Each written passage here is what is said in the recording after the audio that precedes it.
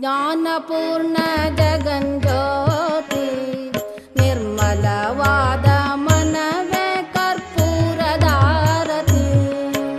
ಜ್ಞಾನಪೂರ್ಣ ಜಗಂಜ್ಯೋತಿ ನಿರ್ಮಲವಾದ ಮನವೇ ಕರ್ಪೂರದಾರತಿ.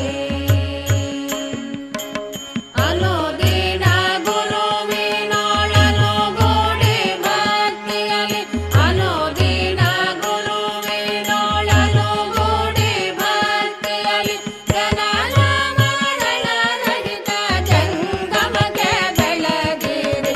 ಜ್ಞಾನಪೂರ್ಣ ಜಗಂಜ್ಯೋತಿ ನಿರ್ಮಲವಾದ ಮನವೇ ಕರ್ಪೂರದಾರತಿ.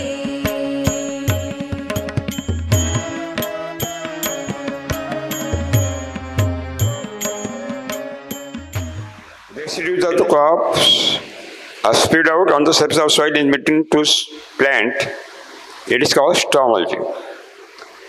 The straw mulching absorbs maximum water from the atmosphere in the night and deposit in the soil, give available to the roots. ಸ್ನೇಹಿತರೆ, ನಾವು ಸುಭಾಷ್ ಪಾಳೇಕರ್ ಕೃಷಿಯಲ್ಲಿ ಒಣ ತ್ಯಾಜ್ಯದ ಹೊದಿಕೆಯನ್ನು ಉಪಯೋಗಿಸ್ತೀವಿ. ಒಣ ತ್ಯಾಜ್ಯ ಅಂದರೆ ಸತ್ತ ಒಣಗಿದ ಸಸ್ಯ ಮರಗಿಡಗಳ ಅವಶೇಷ. ಅವನ್ನು ನಾವೇನು ಮಾಡ್ತೀವಿ ಅಂದರೆ ಭೂಮಿ ಮೇಲೆ ಹೊದಿಕೆಯಾಗಿ, ನಾವು ಹೇಗೆ ಮಲ್ಕೊಂಡಾಗ ರಗ್ ಒದಿಸ್ಕೊಂತೀವಿ, ಬೆಡ್ಶೀಟ್ ಒದ್ಕೊಂತೀವಿ, ಆ ರೀತಿ ಭೂಮಿ ಮೇಲೆ ಇದನ್ನು ಹರಡ್ತೀವಿ, ಒದಿಸ್ತೀವಿ. ಅದನ್ನು ಹೊದಿಕೆ ಅಂತ ಅಂತೀವಿ, ಮುಚ್ಚಿಗೆ ಅಂತ ಅಂತೀವಿ.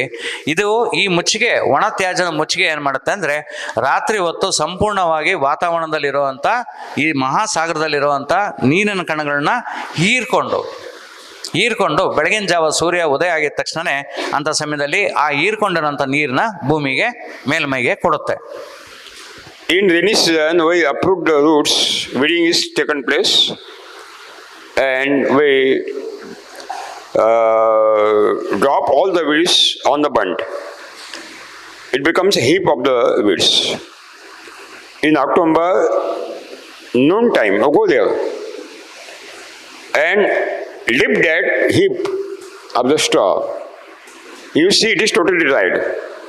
It is cut down immediately. There is no moisture. Keep it. Go back. Next early morning go there, 4 a.m. early morning.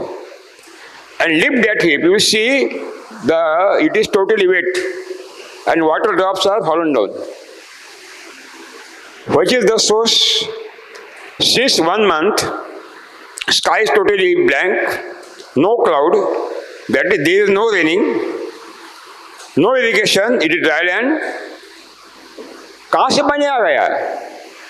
What is source of this water? That is atmosphere. Atmosphere. Any straw which is having the maximum lignin and cellulosic matter absorb maximum water from the atmosphere. And that advantage we are taking in the Subhash Palayakar Krishi.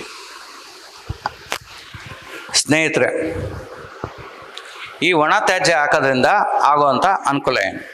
ನಾವು ಸಾಧಾರಣ ಮಳೆಗಾಲದಲ್ಲಿ ಏನಾಗುತ್ತೆ ಅಂದರೆ ಸಾಕಷ್ಟು ಕಳೆಗಿಡಗಳು ನಮ್ಮಲ್ಲಿ ಹುಟ್ಕೊತವೆ. ಅದನ್ನು ನಾವು ಕುಂಟೆ ರಂಟೆ ಹೊಡೆದು ಅದನ್ನೇ ಮಾಡ್ತೀವಿ, ತೆಗಿತೀವಿ.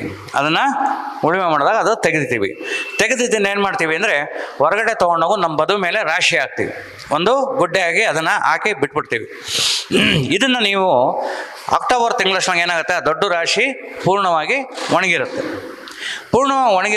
ಅಂಥ ಸಮಯದಲ್ಲಿ ನೀವು ತೆಗೆದು ನೋಡೋಣ ಅಂದರೆ ಅದು ಪೂರ್ಣವಾಗಿ ಒಣಗಲು, ಒಂದು ಚೂರು ತೇವಾಂಶ ಇರಲ್ಲ. ಆ ಒಂದು ಏನು ರಾಶಿ ಹಾಕಿದ್ದೀವಿ, ಒಣ ತ್ಯಾಜ್ಯದ ರಾಶಿ ಹಾಕಿದ್ದೀವಿ, ಕಾಷ್ಟ ಹಾಕಿದ್ದೀವಿ, ಅದೇನಾಗುತ್ತೆ ಪೂರ್ಣ ಒಣಗಿರುತ್ತೆ. ನೀವು ಬಿಟ್ಬಿಟ್ಟು ಮನೆಗೆ ಹೋಗ್ಬಿಟ್ಟು ಈ ಕಳೆದ 1 ತಿಂಗಳಿಂದ ಕೂಡ ನೀರು ಒಂದು ಚೂರು ಮಳೆನೂ ಬಂದಿಲ್ಲ, ಮೋಡನೂ ಆಗಿಲ್ಲ, ನಮಗೆ ಅಲ್ಲಿ ಯಾವುದೇ ರೀತಿಯ ನೀರಿನ ವ್ಯವಸ್ಥೆ ಆಗಿಲ್ಲ. ನೀವು ಮನೆಗೆ ಹೋಗ್ಬಿಟ್ಟು ಬೆಳಗ್ಗೆ ಬಂದಿದ್ದ ತಕ್ಷಣ ನೀವು ನಿಧಾನಕ್ಕೆ ಅದನ್ನು ಕೆಳಗಡೆಯಿಂದ ಮೇಲೆ ಎತ್ತಿ ನೋಡಿ, ಮೇಲ್ಮೈ ಪೂರ್ಣ ತೇವ ಆಗಿರುತ್ತೆ, ಒದ್ದೆ ಆಗಿರುತ್ತೆ. ಮತ್ತು ನಿಮ್ಮ ಇದಿತ್ತು ಅಂದರೆ ತೇವಾಂಶ ಹೆಚ್ಚಿತ್ತು ಅಂದರೆ ನೀರಿನ ಹನಿಗಳು ಕೂಡ ನಿಧಾನವಾಗಿ ಕೆಳಗಡೆ ಬೀಳೋದನ್ನು ತಾವು ನೋಡ್ತೀರ. ಹಂಗಾರೆ ನೀವು ಯಾರೂ ಕೊಟ್ಟಿಲ್ಲ, ಮೋಡದಿಂದನೂ ಮಳೆಯಿಂದನೂ ಬಂದಿಲ್ಲ, ಅಲ್ಲಿ ಮಳೆ ಬಂದಿಲ್ಲ ಅಂದಾಗ ಈ ತೇವಾಂಶ ಅಥವಾ ಈ ನೀರು ಎಲ್ಲಿಂದ ಸಿಕ್ತು ಅಂತ ಅಂದರೆ ಅದು ಸಿಕ್ಕಿದ್ದು ಈ ವಾತಾವರಣದಿಂದ. ಈ ಒಣ ಹೊದಿಕೆಯಲ್ಲಿ, ಒಣ ತ್ಯಾಜ್ಯದಲ್ಲಿ ಮುಖ್ಯವಾಗಿರೋದು ಅಂಶ ಏನು ಅಂದರೆ, ಯಾವಾಗ ನಿಮಗೆ ಲಿಗ್ನಿನ್ ಮತ್ತು ಸೆಲ್ಯುಲಾಯ್ಡ್ ಅಂತ ಅಂತೀವಿ. ಲಿಗ್ನಿನ್ ಸಸ್ಯದ ಹೊರಭಾಗ, ಒಳಭಾಗ ಸೆಲ್ಯುಲಾಯ್ಡ್, ಇವನ್ನ ಯಾವಾಗ ಅದು ಒಣಗಿ ಅಲ್ಲಿ ಇರ್ತಾವೋ, ಯಾವುದು ಇದು ಯಥೇಚ್ಛವಾಗಿರುತ್ತೋ ಆ ಕಾಷ್ಟದಲ್ಲಿ, ಆ ಇದರೊಳಗೆ ಪೂರ್ಣವಾಗಿ ಇದು ವಾತಾವರಣದಿಂದ ನೀರನ್ನು ಹೀರ್ಕೊಂಡು ನಮ್ಮ ಭೂಮಿಗೆ ಬಿಟ್ಕೊಡ್ತವೆ. Straw mulching. Keep some space vacant, no mulching. Neighbor plot, you mulch. You will see where there is a mulching, straw mulching. Under that straw mulching, the soil is wet. But where there is no mulching, it dried. It proves that mulching absorbs maximum water from the atmosphere and give available to the roots. ಸ್ನೇಹಿತರೆ, ನೀವು ಇನ್ನೊಂದು ಹೆಜ್ಜೆ ಮುಂದೆ ಹೋಗಿ ನೀವು ಇದನ್ನು ಅಭ್ಯಾಸ ಮಾಡಬೇಕು, ಇದನ್ನು ಪರೀಕ್ಷೆ ಮಾಡಬೇಕು ಅಂದ್ರೆ ಏನು ಮಾಡಿ ಅಂದರೆ, ಒಂದು ತಾಕು ನಿಮ್ಮ ತೋಟದಲ್ಲಿ, ಇದರ ಹೊಲದಲ್ಲಿ ಒಂದು ತಾಕಲ್ಲಿ ನೀವು ಈ ಕಾಷ್ಟ ಒಣ ತ್ಯಾಜ್ಯಗಳನ್ನ ಹಾಕಿ, ಅದ್ರ ಪಕ್ಕದಲ್ಲಿ ಏನು ಹಾಕ್ದೇ ಬಿಟ್ಬಿಡಿ. ನೀವು ಮಾರನೇ ದಿವಸ ಬೆಳಗ್ಗೆ ನೋಡಿದ್ರಿ ಅಂದರೆ ಎಲ್ಲಿ ನಾವು ಈ ಒಣ ತ್ಯಾಜ್ಯ ಅಥವಾ ಅದರ ಹೊದಿಕೆ ಹಾಕಿಲ್ಲ, ಮುಚ್ಚಿಗೆ ಹಾಕಿಲ್ಲ, ಅಲ್ಲಿ ಪೂರ್ಣವಾಗಿ ಒಣಗಿ ಹೋಗಿರುತ್ತೆ, ಮಣ್ಣು ಗಡ್ಸಾಗ್ಬಿಟ್ಟಿರುತ್ತೆ. ನೀವು ಅದೇ ಈ ಒಣ ತ್ಯಾಜ್ಯ ಹಾಕಿರೋ ನೀವು ನಿಧಾನವಾಗಿ ತೆಗೆದು ನೋಡಿದ್ರಿ ಅಂದರೆ ಅಲ್ಲಿ ಹಸಿ ಇರುತ್ತೆ, ಮಣ್ಣು ಹಸಿ ಇರುತ್ತೆ. ಇದು ಏನು ತೋರಿಸುತ್ತೆ ಅಂದರೆ, ವಾತಾವರಣದಿಂದ ನಮ್ಮ ಈ ಒಣ ತ್ಯಾಜ್ಯವು ನೇರವಾಗಿ ನೀರನ್ನು ತಗೊಂಡು ಭೂಮಿಗೆ ಒದಗಿಸ್ತಾ ಇದೆ, ತನ್ಮುಖಾಂತರ ಬೇರಿಗೆ ನೀರು ಒದಗುತ್ತೆ.